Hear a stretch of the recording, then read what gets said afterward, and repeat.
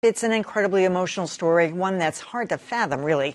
Images and audio of children being separated from parents at the border have dominated the news in recent weeks. But whenever emotion is involved, basic reporting can be a casualty.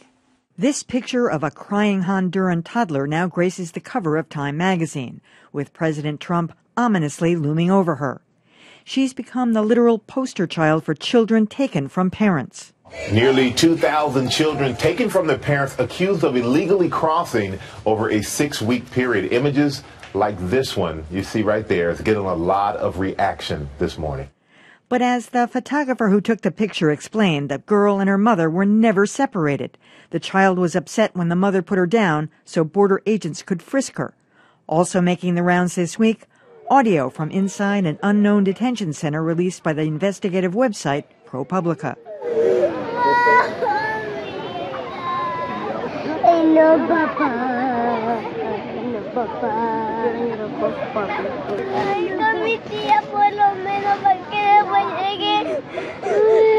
Little context is provided, and while newscasts focus on the upset children, listen further.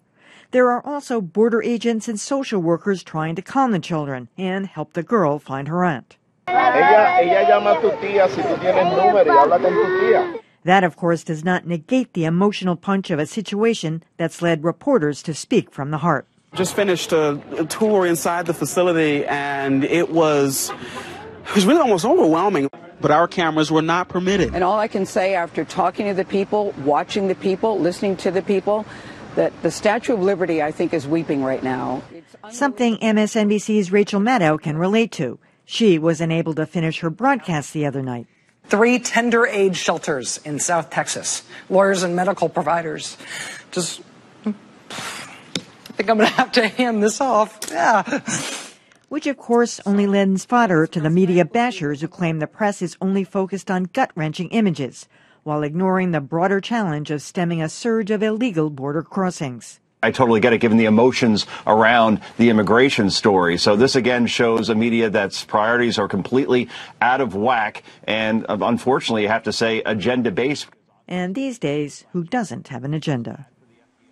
I'm sure if I was on the ground there and saw some of those images and saw what was happening there, I would have the same reaction. But you always have to have your skeptic's hat on. I mean, Time magazine eventually they did offer a correction, because originally they said that 2-year-old toddler had been ripped away from her mother and taken to separate detention centers. That never happened. But by then, that image had traveled far and wide, and as you could see, a lot of networks picked that up too.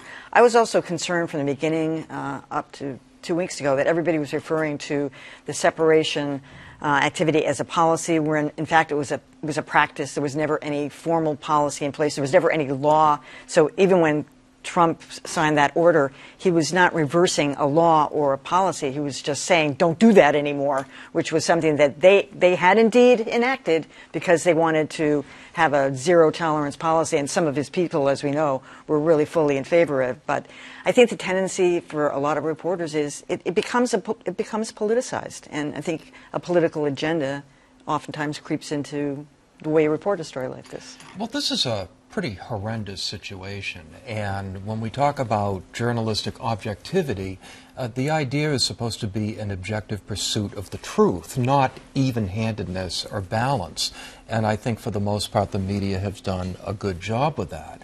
I do want to talk about Time magazine. I mean, I'm just really kind of horrified at this mistake they made.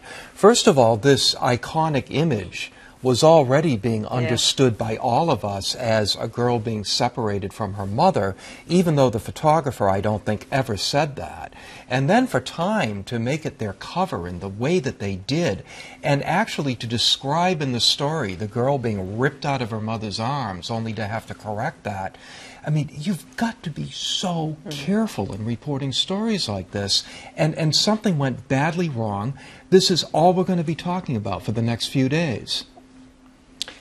I would just suggest that there is a big difference between a reporter going into or trying to get access to one of these detention centers and saying that the scene he saw is almost overwhelming, and Gayle King saying the Statue of Liberty is weeping tonight. One is a conclusion involving a symbol or an icon.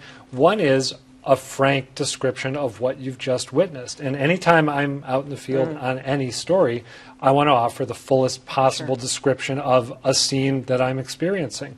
If you were covering, I haven't, but if you covered a terrorist attack, if you covered a war, I think you would want to give people a sense of what it feels like to be in that spot. So I don't have a problem with a reporter saying what I saw was overwhelming, or a reporter describing crying children, for example. I also don't have a problem with that ProPublica audio. To me, they provided the relevant context. They said where they got it.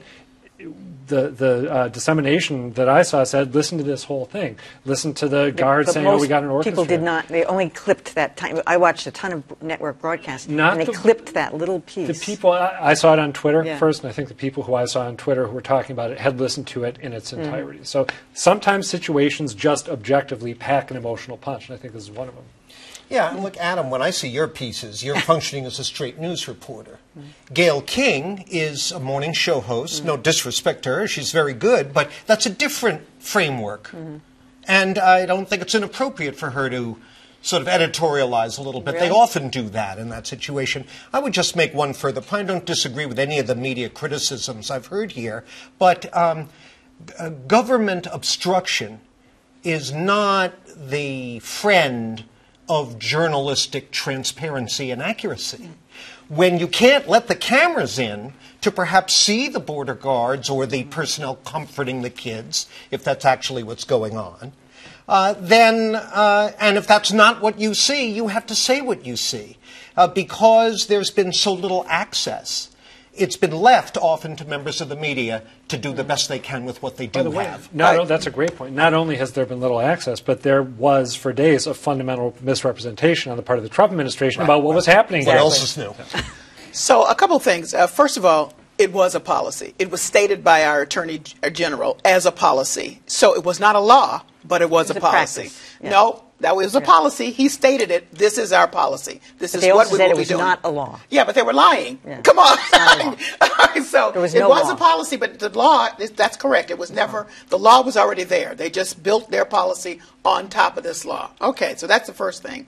The second thing is, whether you trimmed the piece from ProPublica or expanded it, it was accurate in its use. This is what they heard. They told you exactly where it came from. They told you where the lawyer came from. And with regard to what Adam has said, there was no access to get anything else. So they're telling you what was inside. With regard to Gayle King, John is absolutely correct. There will be many times on the morning set when both John Dickerson and Nora O'Donnell, who are journalists, will be silent in the face of Gayle making a comment. That's just what she does. So she's going to make a comment wherever she is, on the set or in the field. That's where she's coming from. And you know, unfortunately, so much stuff is blurred. It is hard for people to determine, is that appropriate for a person to say, and is she a journalist, and all of that. So I get all of that. One other thing, David Begnaud went one step further on CBS and went to find Border Patrol people and made them talk to him. Said, listen, you know, you're being portrayed this way. Talk to me about what it is that you are experiencing as the people on the front line that have to carry out this new policy. And it was really good. So we want to have doing their jobs. Right. So we want to have all of that so that people can see the spectrum of what's happening. But the bottom line is, if they're keeping everybody out and away from what the information is and lying, that's a tough way to cover a piece.